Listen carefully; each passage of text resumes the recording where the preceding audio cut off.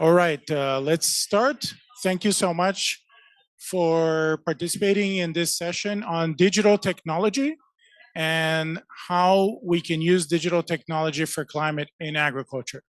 We have a really great panel today.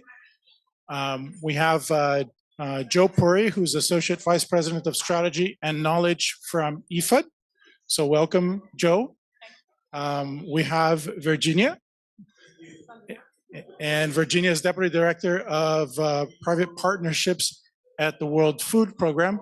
And we have Ali, who is Ali Abu Sawah, who is Regional Director, Central and West Asia, North Africa for CGIAR. So welcome, Ali. Welcome, everyone. My name is Yuri Suarez. I'm Chief Impact Officer at IDB Lab. So I'm going to start by talking a little bit about a few of the joint initiatives that we have together, okay? So I'll ask the tech team to please put the presentation. It's going to be a very short presentation. And we're just going to go through 2 or 3 slides of them, and then we'll start with the questions.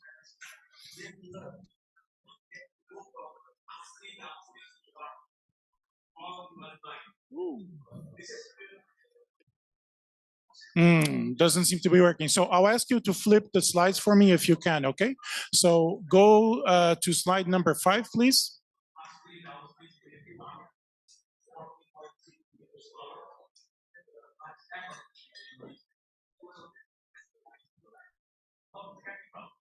And one more. One more. One more, and they're there. Okay, here we go.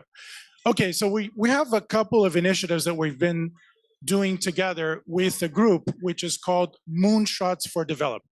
The Moonshots for Development group is an association of the innovation functions of different parts of multilateral and some bilateral organizations. And this is the first example of an artificial intelligence collaboration that the group has done, right? So what is it? It's a challenge, it's a global challenge where we're trying to look for startups and solutions that are addressing some of their most pressing needs in agriculture using artificial intelligence. So I had 3 areas what we're looking for. One of them are innovations in sustainable agriculture. The second one are innovations in natural resource management. And the third are innovations in essentially disaster risk identification, management, and also measurement, a very big function of disaster risk management. So if we can have the next slide, please. So we finished this first stage, and we found this tremendous group of companies in different countries, right? So these are the 10 finalists, and I put the three little icons to identify what they are. Most of them are on ag solutions, okay? Most of them are using artificial intelligence, layering satellite, layering ground measurement, soil measurement, layering drone technology to be able to address some of the issues on productivity in the ag sphere. Several of them are also on natural resources, how to manage water better, one of them, and the other one, how to reduce the use of fertilizers using AI technologies for optimization of fertilizer on the farm level. And then we also have one that's on disaster risk, and that's adatos.ai from Singapore. So the wonderful thing about this collaboration is that it allows us to reach different companies and different startups from different parts of the world. And for us, that's a huge advantage because, of course, we only work with Latin America. So it's great to have this variety of startups. Now, I'm just going to talk a little bit about a second collaboration that we're also doing, and this one is with IFAD, with Joe and her team. And so if we can go to the next slide. And this is called AgroWeb3. So AgroWeb3 is essentially an initiative for digital wallets. That's what it is, right? So it's an initiative that leverages IFAD's ability and capillarity to address issues in the agriculture sphere all over the planet, okay? With our development and capabilities of deploying Web3 based on our LangChain architecture. So these two things put together, we're collaborating to be able to address a number of different issues in agriculture with Web3. Now, these include the objective of kind of democratizing or making sure that carbon certificates and biodiversity certificates are able to reach smallholders, which essentially they're priced out of that market right now. It also includes extending commercial benefits of Web3 and integration of value chains to smallholders, and also providing them for a platform of better integration of payments, traceability, et cetera. So we're just starting it. We'll see what we can do together. But these are just a couple of the examples of how early stage innovation can be used in agriculture and the benefits it can have for climate and nature.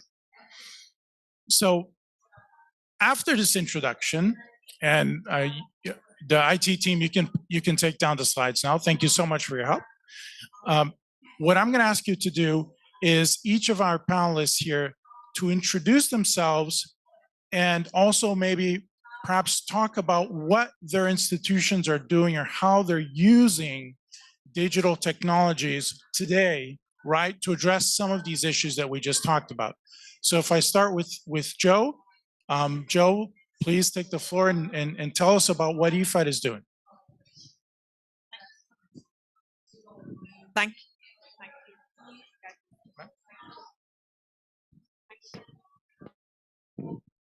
Hello, hello. Hello. Yeah, they don't teach you this when you do your PhD, you know. Thank you so much. So I'm Joe. I'm the Associate Vice President in Strategy and Knowledge at the International Fund for Agricultural Development, and really privileged to be here. Thank you so much, Yuri.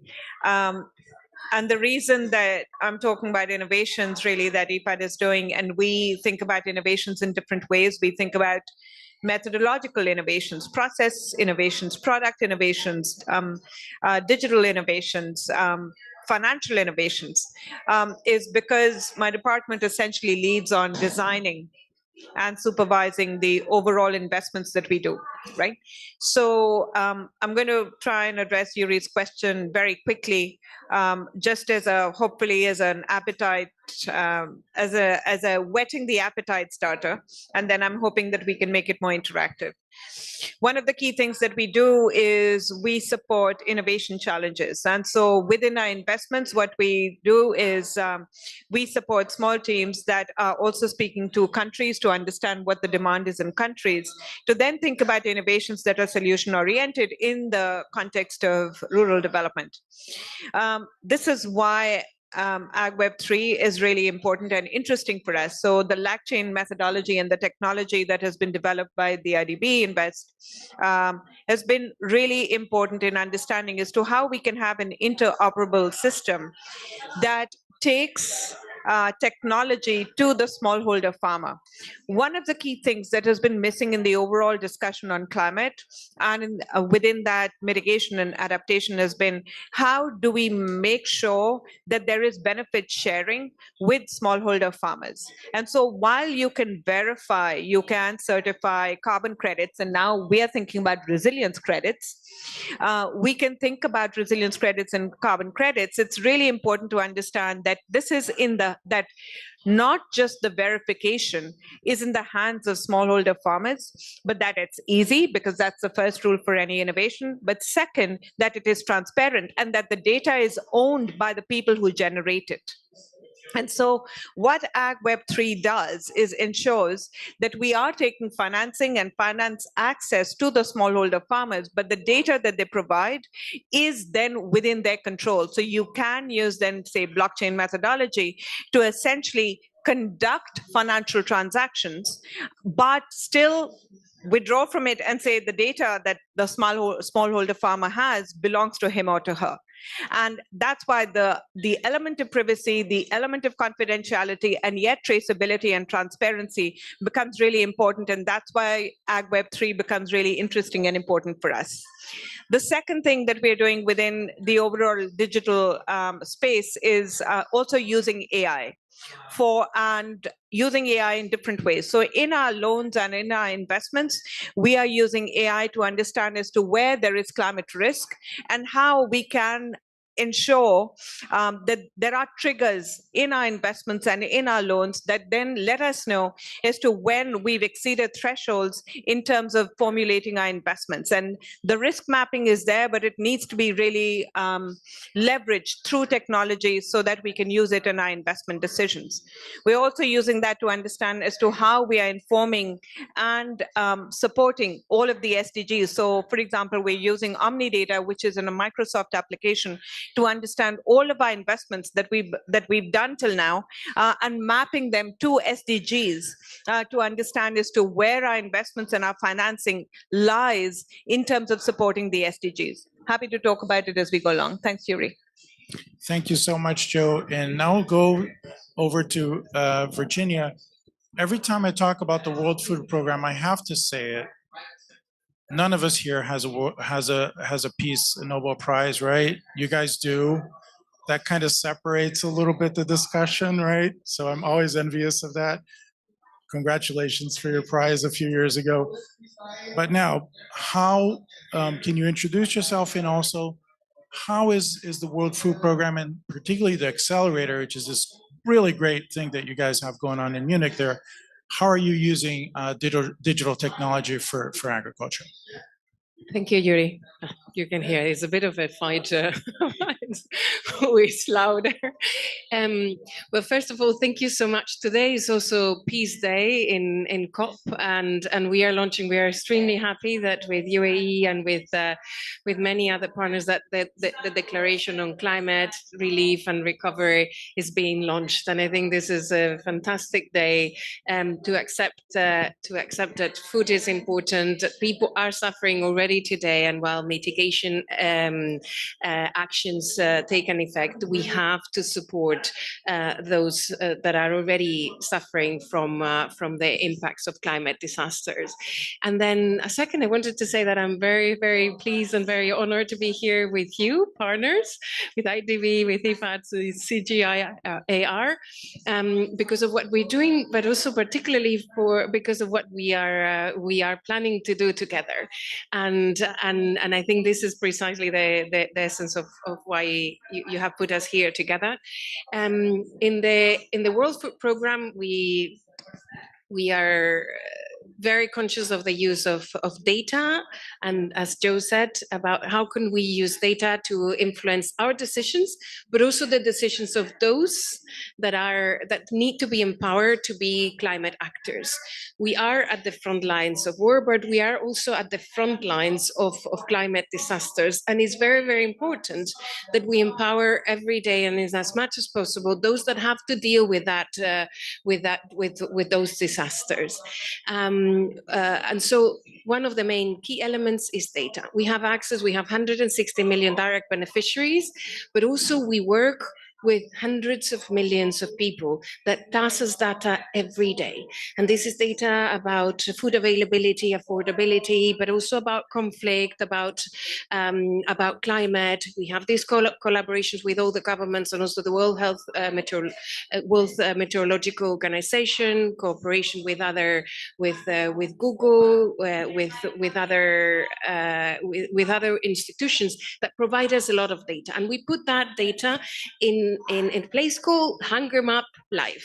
That's an open source. It's something that everyone can use and that we want to have accessible and for everyone, but that everyone could could take advantage of this data. And in that hunger map live, what you can find is those trends in terms of food availability, in terms of food consumption, but also climate trends, water trends, and also social tensions trends. And unfortunately, as you can say, this is one of the worst periods that the world has ever experienced. We have the highest world prices that we have ever registered in history, and it's even more important to act upon that. But so we have all those data, and we started putting that together, I think it was in 2019. This has moved forward, and now we are cooperating with the private sector. That's why I'm here, and I didn't introduce myself, by the way. I will do it afterwards.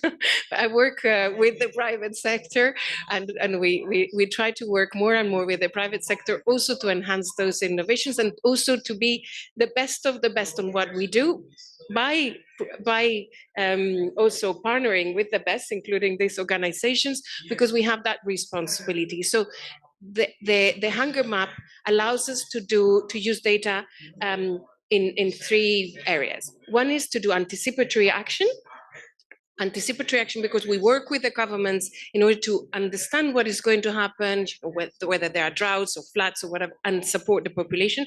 We can discuss examples if you want afterwards, but also immediately when a disaster strikes, understanding where people are, what is the damage to people, to crops, and immediately with less and less time, thanks to data and to digital technology, be there as soon as possible and support as soon as possible together with the other organizations.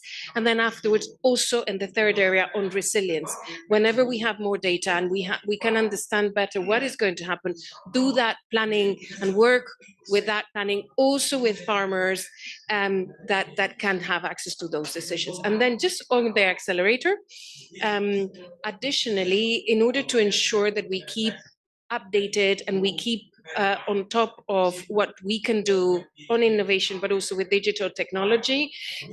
We have the accelerator, the World Food Programme Accelerator based in Munich.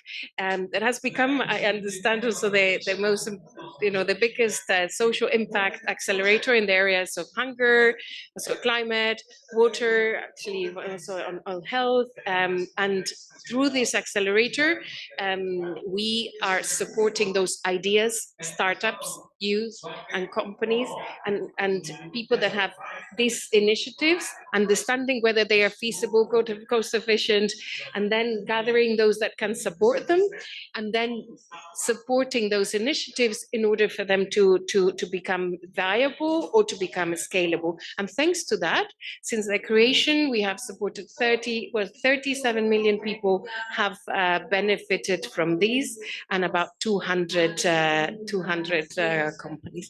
But I stop here and I'll introduce myself. My name is Virginia Villar. I work in the World Food Programme as Deputy Director at the global level for private sector partnerships. So understanding what can we do with the private sector, with foundations, and also with the individuals. And my background is more in the field. I've been 21 years in the field in all the different crises and continents that you can imagine. I'm very much operational background. Thank you so much, Virginia, and congratulations for everything that you've been doing. It's just tremendous work of the World Food Programme, and it is Peace Day, so we have a huge intersection between climate, nutrition, and food and peace. So this is something that is critical for all of us here. So I guess it's a great moment for us to be talking and having this panel today. So Ali, go anywhere on the planet, and CGIAR is the reference, is the jewel, the crown jewel in terms of research, in terms of innovation in the ag sector. Tell us a little bit about who you are and what you guys are doing on digital front. Okay, well, thank you so much for the opportunity to share a little bit more about this. My name is Ali Abu Saba. I'm the Director General of the International Center for Agriculture Research in Dry Areas, known as ICARDA, and I'm also the Regional Director for the CGIAR in Siwana.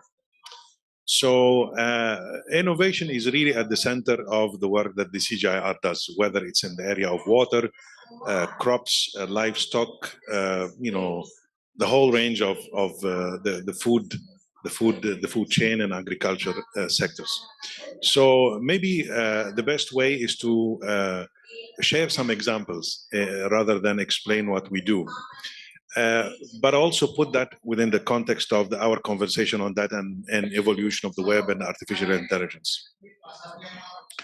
The CGIAR develops innovations, especially to help farmers to deal with the impact of climate change, more nutritious and also less resource demanding. So doing more with less. And then the idea here is that in the past, we were limited by the capacity of the extension services across the world to take these innovations into farmers. With the evolution in remote sensing, mobile technology, the entire space of agricultural extension, sharing of innovation has expanded enormously. And now, if you are a farmer, no matter where in the planet you live, you still have access to the latest innovations that the CGIAR provides. If I take the example of the work we do in India, we're using remote sensing to look at farmer fields and how the different yields across different locations are, and being able to develop models to see whether this is related to over-irrigation, under-irrigation, or pest or disease. And through a very simple interface on mobile technology, you're able to help inform the decision makers, the extension workers, the farmers on what is the problem and what is the solution. In this part of the world, GCC in UAE, we have developed models using remote sensing to help monitor the movement of the red palm weevil, which is a major threat to date palm industry. I call it industry because it's a major backbone in terms of how this part of the world contributes to the date palm industry. We're using remote sensing in Egypt to help look at the water use and using some of the land-based systems and looking at the evapotranspiration and be able to inform the distribution of water and even the cropping system across the country. If you go to Morocco, very similar applications are used to promote conservation agriculture. So in short, the evolution in technology, remote sensing, and data management has enabled us to expand exponentially our ability to reach farmers. If I zoom in a little bit further into artificial intelligence, we are now looking at ways to expand this capacity in a much bigger way, because we are now able to develop algorithms that will now take pictures that farmers will take in any particular location and go, subjected to a much more complicated assessments to be able to advise on the best treatment for a particular infestation, on the need for a specific nutrients deficiency that the farmers will need to apply, or even help with the estimation of potential crop yields and link this to the best market information so the farmers will get the best out of it. So these are just a few examples of how we do it. And of course, you mentioned the gene banks. This is really the backbone of how we develop all of these innovations.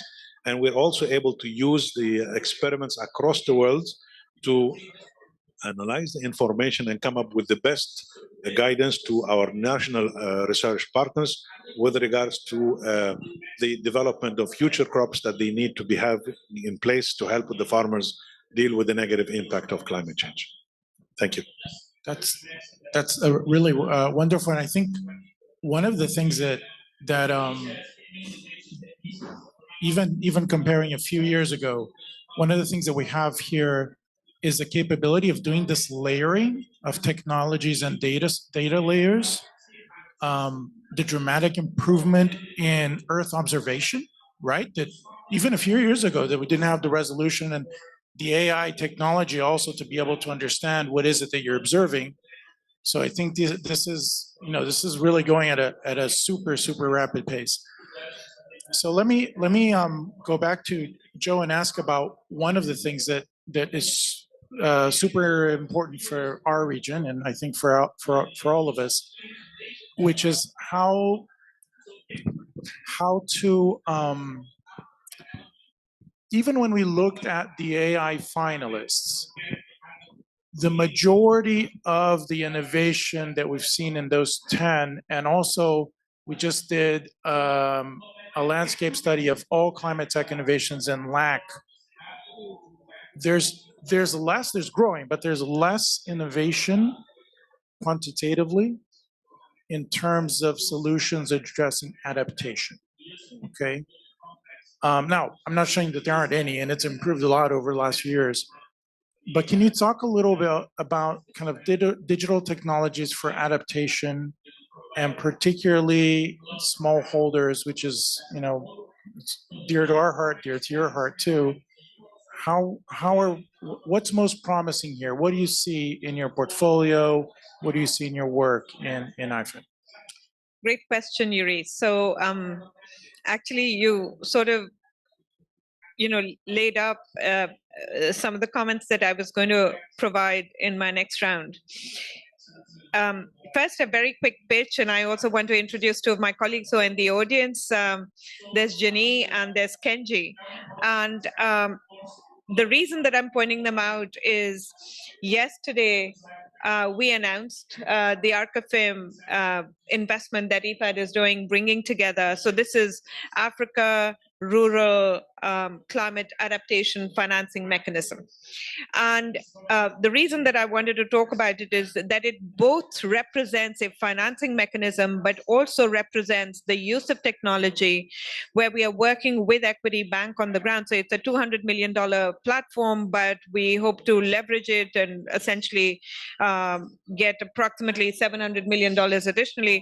But the key thing is creating a taxonomy of what constitutes adaptation actions, because one part is catalyzing a completely new market, right? And this is in Kenya, Rwanda, Tanzania, and Uganda. So 4 countries, but we are going to do ARCAFIM phase 2 as well, inshallah. And the idea is we want to change the market so they are thinking far more. Definitely renewable energy is important.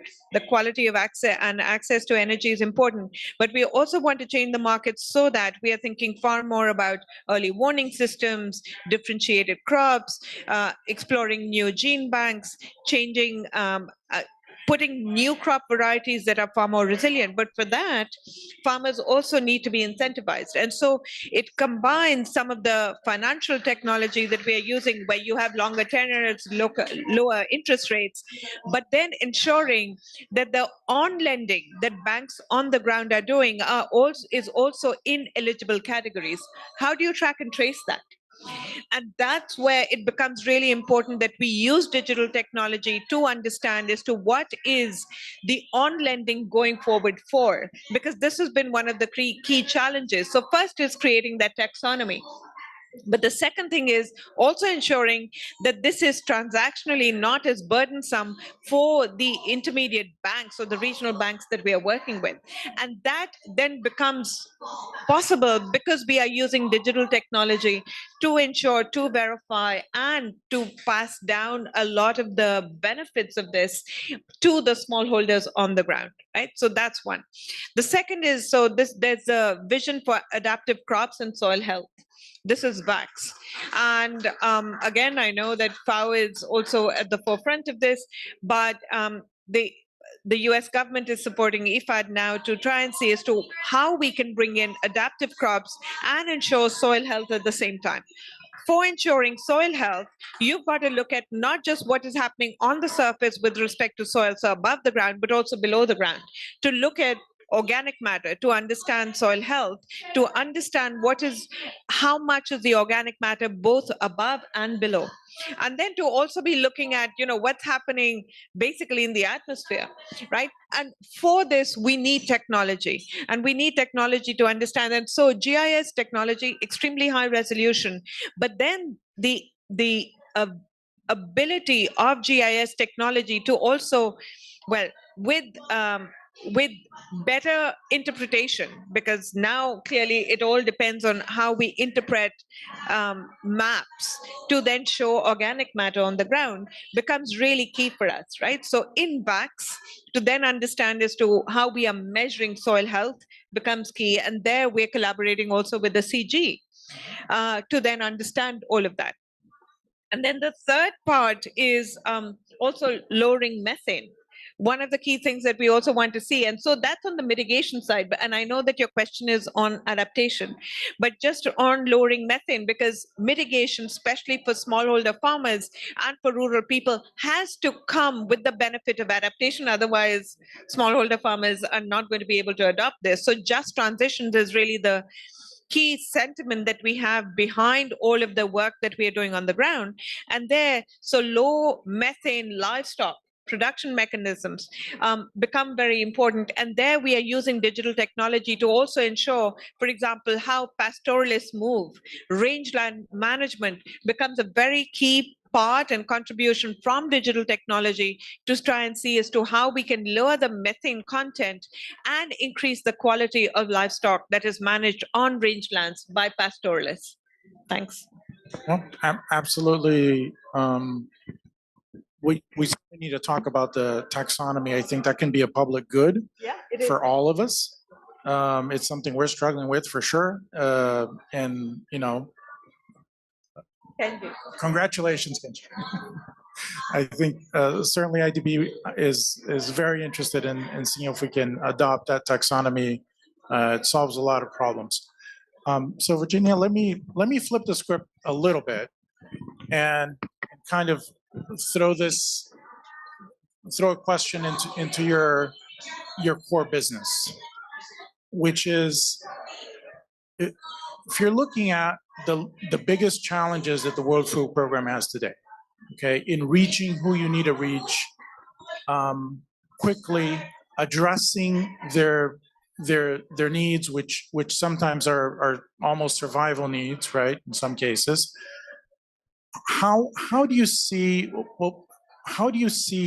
technology being an enabler for you to be able to break those or address those challenges? Or first of all, you can talk about what are the challenges, and then how do you see this being something helpful for the WFP? Thank you. Well, the challenges are, today we have, as I said, the world food prices are as high as they have ever been registered. Then we have fuel prices that are increasing. Then we have lack of affordability and availability of fertilizers for many countries in Africa. This is impacting them enormously. They used to produce 70% of what they consume. Now they are producing less and less because of that. At the same time, we have worldwide less offer in terms of food with the war in Ukraine. That is affecting much of the land, and then obviously, if you produce less, you need more. So the demand is increasing, the offer is decreasing, and then the transporting of food, the price is increasing because the fuel prices is increasing. So all a combination, and then of course to that we add conflict. Which is fueled by also food insecurity and climate disasters, and then climate disasters. So you have populations that are dealing with food, acute and progressively more acute food insecurity. We are dealing with climate disasters that are more and more common and more regular, come more regularly. Our executive director was saying, since I arrived, I have a crisis every week, if not 2 or 3, and it's true. We see the more regular crisis. So the challenges for more and more people today, we almost have 800 million people in acute food insecurity, and that amount of people is growing, and that's a challenge for all of us, right? And so what we can do, and we can do also by supported by data and digital technology, is first of all, and in as much as possible, anticipate, support those communities or lower that impact of the climatic disaster, but also the food insecurity. So on that, with all those data that I talked to you about, and trying to put even more, using even more that GIS accuracy, can be up to 20 centimeters. first of all, anticipate. For floods, for instance, we have a couple of tools, but one of them we developed so perhaps for anticipation. PRISM is a tool that is basically a climatic risk disaster forecasting tool. With that, we put all those meteorological elements together, and we have that now focused mainly in Asia, but the export is planned for worldwide. And basically with that, we can anticipate a lot of the disasters, with soil moisture, with water, with rain trends, but also supporting the population understand when there is a risk. And so with that data, for instance, in Bangladesh, we identified that one of the rivers, Yamuna River, was going to flood. And we immediately injected cash, a small amount of cash, to 145,000 families that took their families, took their cattle, took everything they could, tried to protect their houses. They left. 4 days later, the flood happened, and then when we came back, the cost of the emergency was cut by half.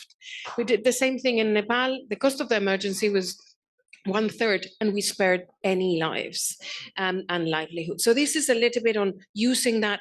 It's called PRISM, is open source, is available to everyone, and the idea is we have that tool, we are sharing it with the government, and we are working with, obviously, directly with the government and with other organizations, other UN and international. And I think the task, and to join what Joe said, is to bring all those data to the people that are going to benefit from it. And that's where I think our collaboration to expand that. I think there is a lot of digital technology that actually has shown initiatives that are worthwhile in this term of agriculture. But the main challenge, and CGIAR and IFAD, are working even to have more and more, but the main thing is to scale up so that more and more people benefit from it. Perhaps if you allow me just a couple more examples in terms of also anticipating, we also have in terms of anticipate, let me also use this information can be used also for resilience. This is not only to anticipate a disaster, but with this information, we already know that in Ethiopia, there's going to be 1.5 degrees more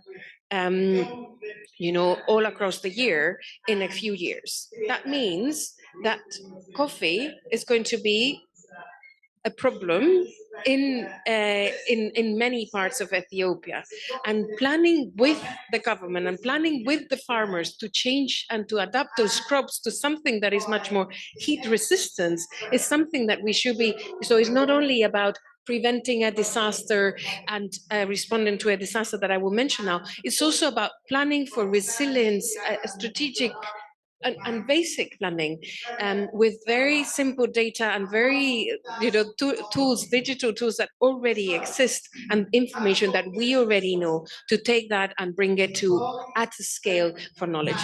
If you allow me one more thing on responding to an emergency, because obviously the emergencies happen and sometimes happen and we cannot estimate it. Truth is, when 90% of the climatic disasters, we know they are going to happen. We just don't know the probability.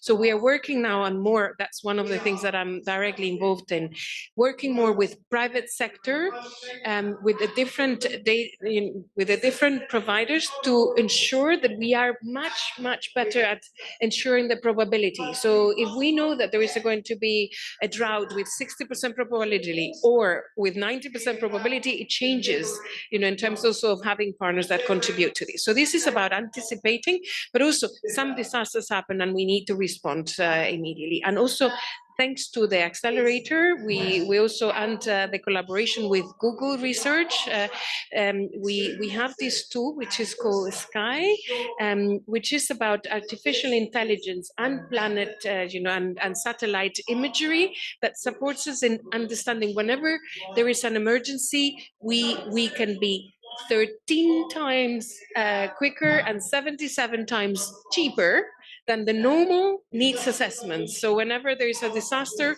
We, at the moment, can analyze the damage in several areas in 48 hours. It used to take, I deal with a lot of these needs assessment in my past. It used to take weeks for that. Now we can use that. And that's one of the tools that needs to be scaled up immediately, because we need to be identifying the needs as quickly as possible so that all the agencies can act upon as quickly as possible. Wow, 10x on the time and 100x almost on the cost. I mean, you can't get more disruptive than that. So that's pretty amazing. And I have a couple more examples, but maybe afterwards on also innovations. I don't know, maybe on another question. So Alia, one of the things that we found when we looked at a lot of these new companies in the ag sector is that they're increasingly integrating digital technologies with life sciences, biotech, and that kind of that intersection, probably an intersection of digital and everything, but that intersection of digital gene research. How do you see that playing out, or how do you see that becoming more established in the work that you do and in the ability to get these solutions to smallholders? Okay, I think this is a very critical question, because if you really want to go to scale, you need to see and find ways to work with the private sector. And most of the infrastructure that is currently available is owned by major tech companies, but also new players in that space. So we started with Google, for example, a few years ago to try and test some weather forecasting models and comparing with some ground truthing, because without that ground truthing across different locations, it becomes very difficult to actually have any reliability on those types of forecasts.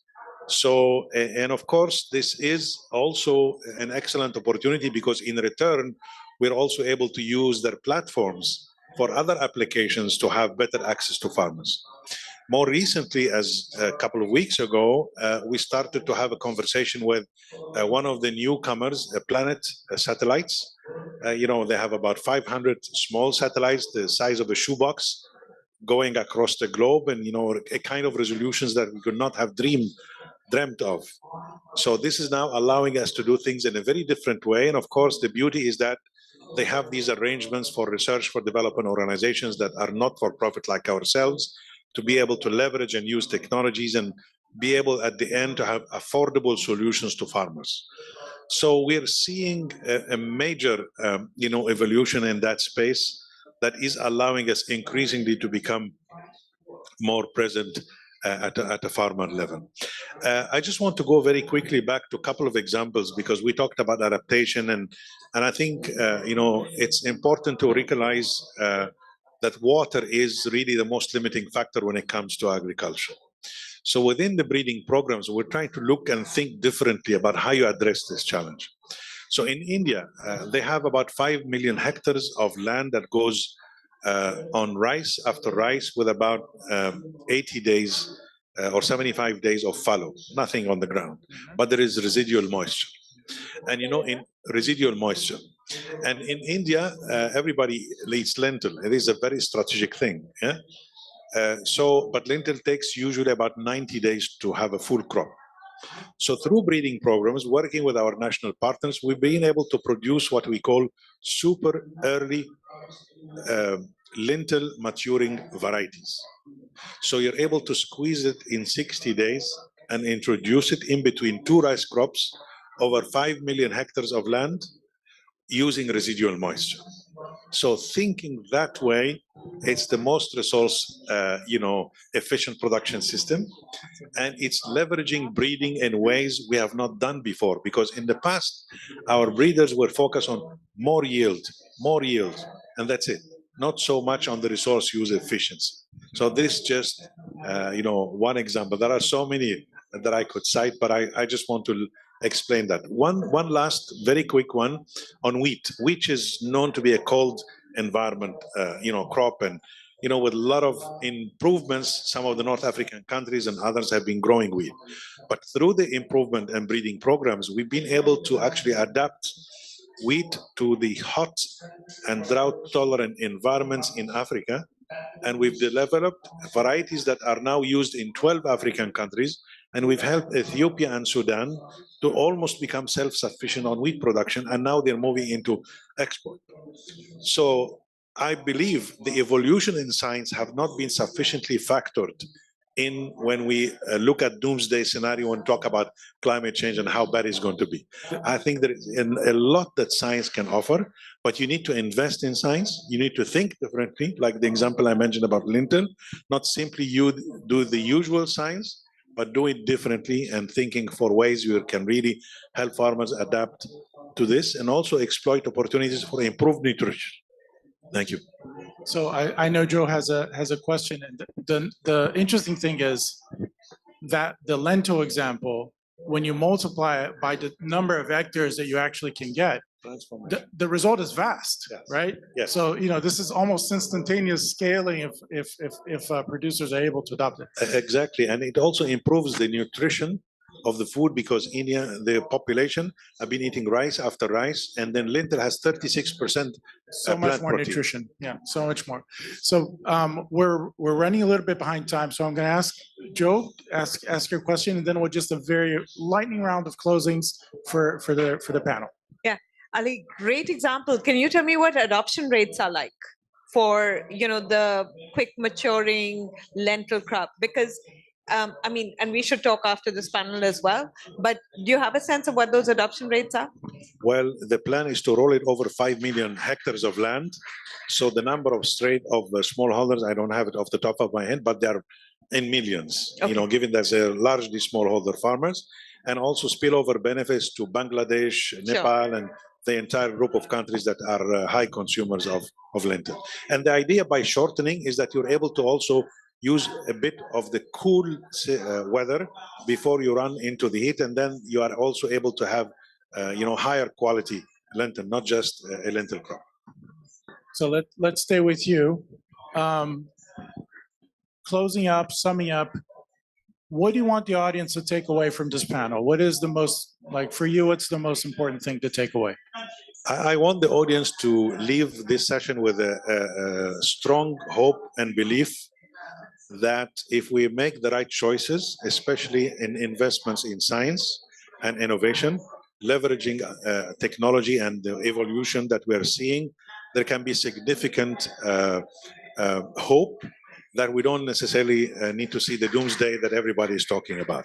We just need to do what we have to do, and we need to help the policymakers, the environmentalists, the world leaders and governments to be able to have the right access to knowledge and information, science-based evidence for them to make the right choices. Thank you. Wonderful. Virginia, what's the takeaway for you? So I will build on the conclusions of Ali. I think I agree. That's one of the main steps, and I support that. And let's there not only invest in science, data and technology, but let's ensure that we have the investment also that is necessary and the drive to scale it up, to scale it so that it does reach the millions, the hundreds of millions of people that need the access to data, the access to technology, the use of that technology, and that we put it to use, to scaled use, so that we all benefit, and that we can only do if we join these forces, and also if we keep, as we say, accelerating this innovation, and then scaling it up. Joe? My takeaway is pessimism is for losers. And clearly what we need to think about is that there's this wonderful book that I read, I think 2 summers ago, which is The Wizard and the Saint. And it's essentially the genesis of the entire environmental movement, where, of course, the saint will tell you it's doomsday and we should all die today, and that's the only way to think about it. But the wizard is exactly what I think all of us are talking about, and hopefully the audience as well, which is that technology can really help us to be disruptive. And here we've got fantastic examples of where technology can be disruptive. I think for me, one other thing that I would like to talk about the next time you do this, Yuri, would be also, how can we get past the last mile? And which is why my question to Ali. A lot of new technology and lot of new behaviors requires that we also invest in the last mile. And that's where behavioral insights and behavioral science can play a very important role. Insurance, even now, insurance take-up, even amongst smallholders, is approximately 18 to 20%. And we need to do something about it. So one of the methodologies that we've tried, and it's in 5 countries in the inclusive green financing programs that's supported by IFAD and the GCF in West Africa, is insurance where we pay the 100% of the premium the first year, 80% second, 50% third, and then it sort of declines, but it changes behavior of the farmer to then see how you can reduce basis risk and change their behavior so that by the 5th year, you've got 100% premium payment by the farmer, convinced that it works. So we've got to adopt methodologies such as those if we want to change behavior in the last mile. Thanks. All right, wonderful. I take it as an invitation for us to do another panel. Wonderful panel, Joe Puri, Virginia Viradrebas, and Ali Abusaba. Wonderful panel. Congratulations.